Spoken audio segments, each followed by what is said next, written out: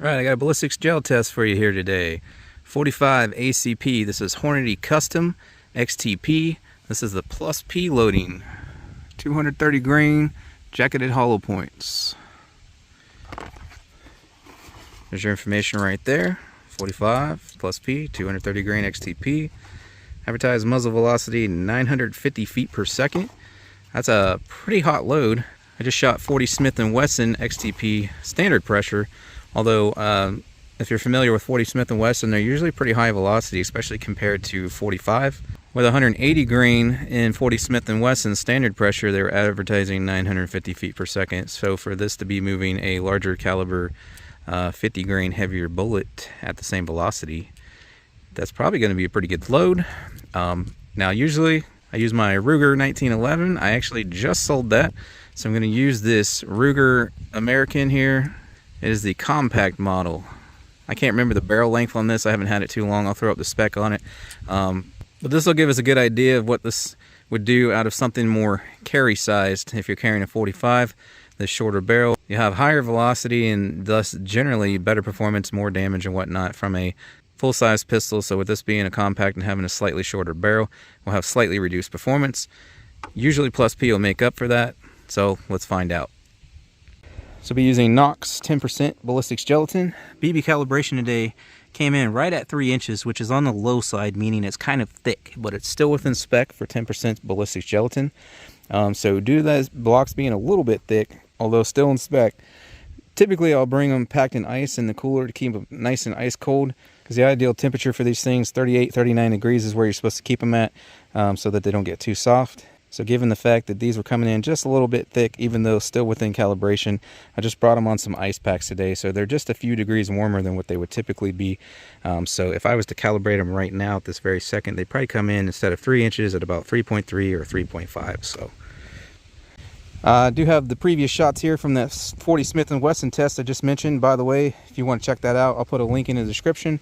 But also you can just go check out the gel test playlist on the channel. I have them for 389, 40, 45. So check out the gel test playlist for any gel tests in any of those calibers if you want to see them. But I'll still put a link in the description just to make it easy for you guys if you want to check out the 40 Smith & Wesson version of this video. But that's what these are from here. So I'm going to spin these around. This will be our entry block for the 45 today. So keep in mind, I had to pluck one of the 40s out there, and we do have this little trail here where I had to pluck that out. So I'll do my best to kind of try to avoid these. It's going to be a little difficult with this one because that's right where I need to come in. But this is what we're working with, and of course we have these trails here and our what will be our catch block because it'll be spun around. We'll take one shot on just the bare block, and then we'll do 4 layers of denim there as a worst case scenario test.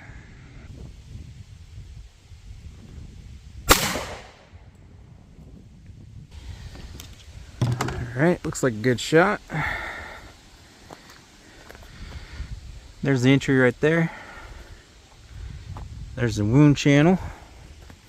So yeah, that doesn't affect too much. Most of the damage is all right there, as you can see. Then it skinnies down under that. There's from the side for you guys. And then we do have a capture right here in the second block. That's going to be close to 14 inches. I'll get a measurement on penetration before we're done here, and we'll also get retained weight and expanded diameter. Alright, and now with the denim.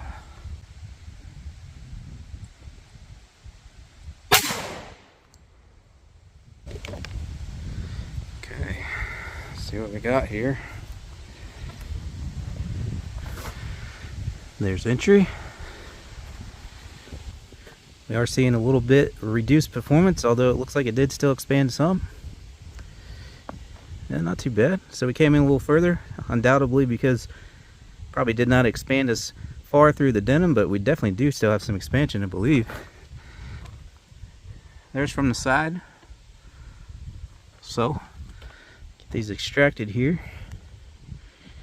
And actually, see if I can do this little trick I used to do.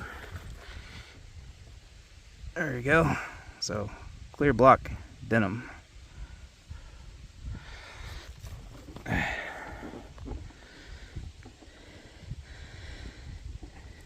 And it's still, this stuff's pretty firm. So even though I just put a few ice packs in there, it's still pretty, it's definitely more firm than what I'm used to.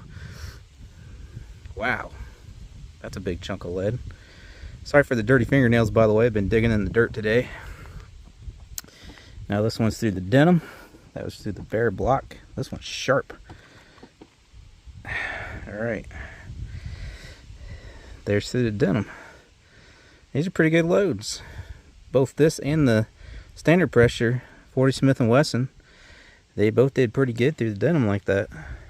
It's been my experience that generally speaking you can't go wrong with an XTP bullet, except for 380 it struggles a little bit, but it's one of the better ones for 380 as well. And I did it again. I forgot to measure penetration. Let me get that real quick and then we'll get retained weight and expanded diameter. Okay, so I just pulled that first one through the bare block out right there, 14 inches, maybe it was a hair over. And then through the denim, where were we at? Right down in there. So that one came to about 16. All right, for a retained weight, remember there is some gel trapped under these petals. It's going to add some weight. Sorry again for the dirty fingernails. Like I said, I was digging in dirt earlier down at the rifle range. So retained weight shot through the bare block, 236.8. So that's 100% weight retention. These are supposed to be 230 grain. So that extra weight is from all that gel. Then through the denim, 233.1. So less denim trapped, potentially. So nearly 100% weight retention through the denim as well. Expanded diameter through the denim. This moved and fell on me just a little bit, but the caliper stayed in the same orientation. But as you can see there, it's still clamped in pretty good. Expanded diameter through the denim, 0.713, so 71 caliber. And then on the one through the bare block, it was easiest to measure it and get it on camera this way. Since none of those copper petals were sticking out, it was the lead sticking out the furthest on this one.